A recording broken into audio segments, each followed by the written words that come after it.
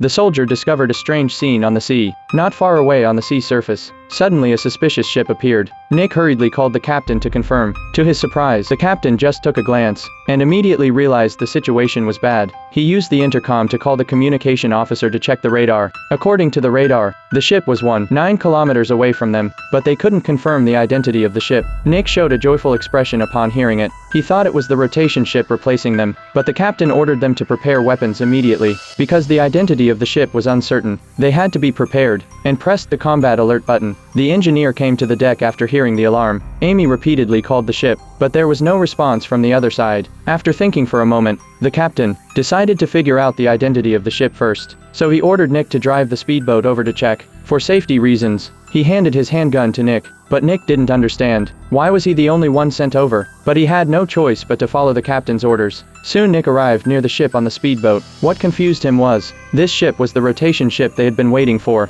but why was it just parked here, unmoving? He called his comrades after approaching, but there was no response from anyone. After hesitating for a moment, Nick decided to board the ship to investigate. He chambered his gun, then carefully went up to the deck. He then told the captain his actions via the intercom, but the intercom was filled with static. For safety reasons, Nick turned off the intercom for the moment. Then he went to the cockpit. To his surprise, upon entering, he found it in complete disarray. All the circuits and communication equipment were damaged. It seemed the ship had been deserted for months. After searching, Nick found a large supply of food on the ship. In another room, 4 sets of soldier equipment were neatly arranged. Clearly, these 4 people were their comrades, who were supposed to replace them. But where had they gone? On the other side, the captain kept calling Nick on the intercom, but he never received a response from Nick. After a long wait, the captain couldn't stand it any longer. Because he believed Nick had met with an accident, he had to prepare for striking the enemy in advance. So the captain called Nick one last time. There was still no response from the other side. Just as he was about to press the launch button,